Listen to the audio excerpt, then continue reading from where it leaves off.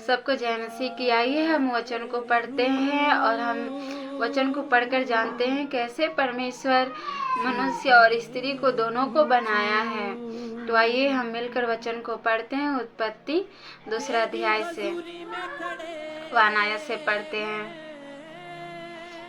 यो आकाश और पृथ्वी और उनकी सारी सेना का बनाना समाप्त हो गया और परमेश्वर ने अपना काम जिसे वह करता था 7वें दिन समाप्त किया और उसने अपने किए हुए सारे काम से 7वें दिन विश्राम किया। 3 आयत पढ़ते हैं। और परमेश्वर ने 7वें दिन को आशीष दी और पवित्र ठहराया, क्योंकि उसमें उनसे सृष्टि की रचना के अपने सारे काम से विश्राम लिया। मनुष्य की उत्पत्ति 4 आयत पढ़ते हैं। आकाश और पृथ्वी की उत्पत्ति का वृत्तांत यह है कि जब वे उत्पन्न हुए अर्थात जिस दिन यहोवा परमेश्वर ने पृथ्वी और आकाश को बनाया। हम 5 आयत पढ़ते हैं। तब मैदान का कोई पौधा भूमि पर न था और न मैदान का कोई छोटा पेड़ उगा था, क्योंकि यहोवा परमेश्वर ने पृथ्वी पर जल नहीं बरसाया था और भूमि पर खेती करने के लिए मनुष्य भी नहीं था। 6 आयत को पढ़ते हैं। तो भी कोहरा पृथ्वी से उठता था, जिससे सारी भूमि सिंच जाती थी। 7 आयत पढ़ते हैं। तब यहोवा परमेश्वर ने आदम को भूमि की मिट्टी से रचा और उसके नथनों में जीवन का श्वास फूंक दिया और आदम जीवित प्राणी बन गया। 8 आयत पढ़ते हैं। और यहोवा परमेश्वर ने पूर्व की ओर अदन में एक वाटिका लगाई और वहां आदम को जिसे उसने रचा था रख दिया। 9 आयत पढ़ते हैं। और यहोवा परमेश्वर ने भूमि से सब भांति के वृक्ष जो देखने में मनोहर और जिसके फल खाने में अच्छे हैं उगाए और वाटिका के बीच में जीवन के वृक्ष को और भले या बुरे का ज्ञान के वृक्षों को भी लगाया। 10 आयत पढ़ते हैं।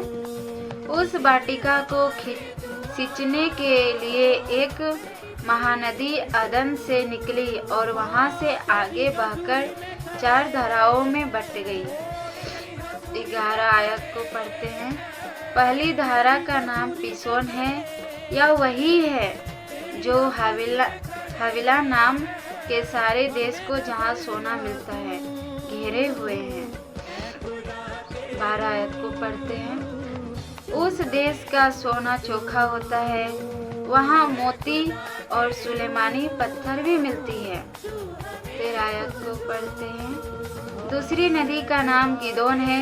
यह वही है जो कुश के सारे देश को घेरे हुए हैं। 14 आयत को पढ़ते हैं। और तीसरी नदी का नाम हिदकेल है। यह वही है जो असूर के पूर्व की ओर बहती है। और चौथा नदी का नाम फरात है। 15 आयत को पढ़ते हैं। तब यहोवा परमेश्वर ने आदम को लेकर अदन की वाटिका में रख दिया कि वह उसमें काम करे और उसकी रक्षा करे। 16 आयत को पढ़ते हैं। और यहोवा परमेश्वर ने आदम को यह आज्ञा दी, तू वाटिका के सब वृक्षों का फल बिना खटके खा सकता है। 17 आयत को पढ़ते हैं।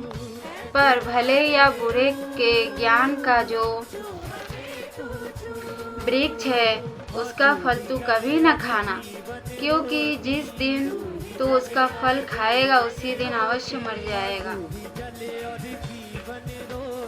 18 आयत को पढ़ते हैं। फिर यहोवा परमेश्वर ने कहा, आदम का अकेला रहना अच्छा नहीं, मैं उसके लिए एक ऐसा सहायक बनाऊंगा जो उससे मेल खाए। 19 आयत को पढ़ते हैं। और यहोवा परमेश्वर भूमि में से सब जाति के बनेले पशुओं और आकाश के सब भांति के पक्षियों को रचकर आदम के पास ले आया कि देखे कि वह उनका क्या क्या नाम रखता है।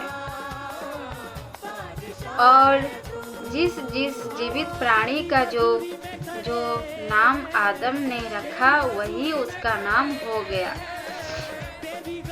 20 आयत को पढ़ते हैं। अतः आदम ने सब जाति के घरेलू पशुओं और आकाश के पक्षियों और सब जाति के बनेले पशुओं के नाम रखे, परंतु आदम के लिए कोई ऐसा सहायक न मिला जो उससे मेल खा सके। 21 आयत को पढ़ते हैं। तब यहोवा परमेश्वर ने आदम को भारी नींद में डाल दिया और जब वह सो गया तब उसने उसकी एक पसली निकाल कर उसकी जगह मांस भर दिया। 22 आयत को पढ़ते हैं।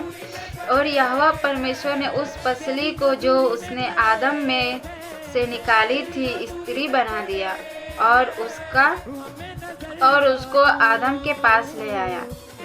23 आयत को पढ़ते हैं। तब आदम ने कहा, अब यह मेरी हड्डियों में की हड्डी और मेरे मांस में का मांस है, इसीलिए इसका नाम नारी होगा, क्योंकि यह नर में से निकाली गई है। 24 आयत को पढ़ते हैं। इस कारण पुरुष अपने माता पिता को छोड़कर अपनी पत्नी से मिला रहेगा और वे एक ही तन बने रहेंगे। 25 आयत को पढ़ते हैं। आदम और उसकी पत्नी दोनों नंगे थे पर लजाते न थे। हालेलुया।